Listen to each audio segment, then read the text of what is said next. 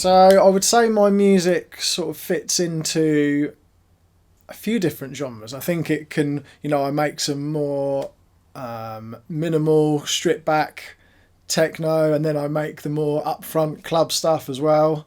But I also like to make some electronica style breakbeat tracks as well, which if you've listened to my album, you'll hear a few of those on there. So yeah, quite varied, but when I'm writing stuff for the club, it's definitely more down the techno route. So I started producing in around 2002, 2001, 2002. I had my first release in 2003, and I was kind of just coming off the back of being really into trance when I started producing. So I was kind of making quite progressive sounding stuff. I think Sasha was playing a lot of my music. James Zabila was playing a lot of my stuff when I first started. Nick Warren as well. So maybe slightly more melodic, but I was also into the wiggle tech house sound. So I was making a lot of that, and I basically just got into producing after being into the music for so long. I really had an interest in how it was made. So I just kind of decided I was going to go to college and do music, and then ended up getting past a copy of Reason, and that was that really. And that's my first tracks were made in Reason, and first release in 2003 on a label called Hearing Aid.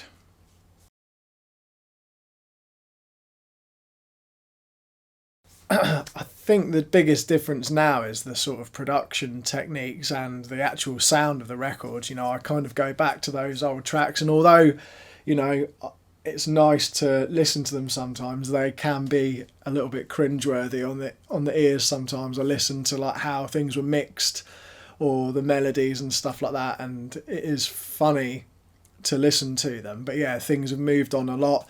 Obviously the software has changed massively, so you're going to get a different sound. But yeah, I would say the production and just the way I write music's changed as well. The way I'm sort of integrating hardware and using software as well has changed. I always used to be in the box just with Reason, so having all this stuff has really changed the way I work. Honestly, I'm not too sure. I think there's so many different offshoots now. So you've got this kind of techno umbrella, but within that there's so many different niche styles. Everything seems to be very trancey at the moment.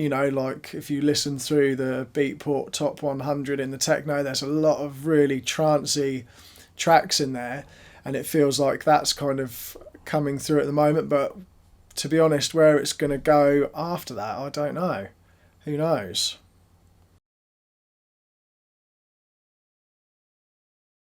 So if I had to get rid of everything and keep one thing, it would be I would keep the Matriarch. Even though I've just got it, that would be the one that would stay.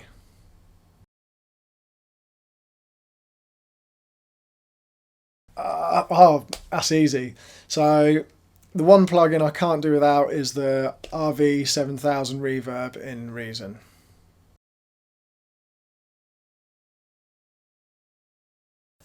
I think, as you can see from the video we did today, my tracks just sort of take on a life of their own, really. I take inspiration as it comes. I don't think I really ever sit down in the studio and think I'm going to go in a certain direction. I would always just see where it goes, like that little music loop that I had, and it had that little pattern in there at the start, and I kind of went with that and then got the lead from that and everything, and kind of just kept layering on top of that. So I like to just see where it goes. If I'd have maybe clicked a few more down, who knows what other things would have thrown up, but I settled on that quite quickly, and then off I went. So I just kind of let it happen organically.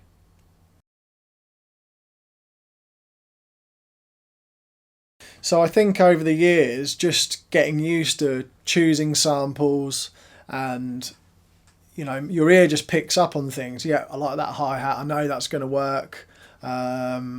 you just get used to it. So the more you produce and the more you sequence tracks, like I always speak to people and they say, oh, I really struggle to sequence a track, but they never actually try to do it. They never persevere long enough. You know, I would keep going back to this many times until it's right, but I used to write tracks, you know, would write stuff through the night and I'd be up all night and I'd do the sequence. I'd wake up in the morning and think that's awful, but at least I had a go at sequencing the track. There might not have been enough in there, but just get used to that. Get used to laying a track out and go with that process a little bit.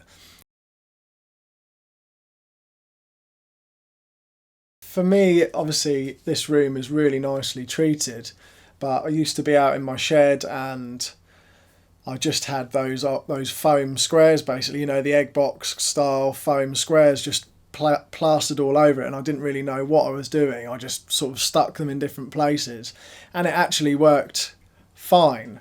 I think if you can invest a little bit of money into the acoustics, it's going to be worthwhile, because, you know, this room before and after, it's such a big difference. But it's not the be all and end all. If you can just, I think it's about spending time in a room as well. You know, you might have really bad acoustics, but if you get used to that and you get used to the speakers, you can still make and mix really good tracks.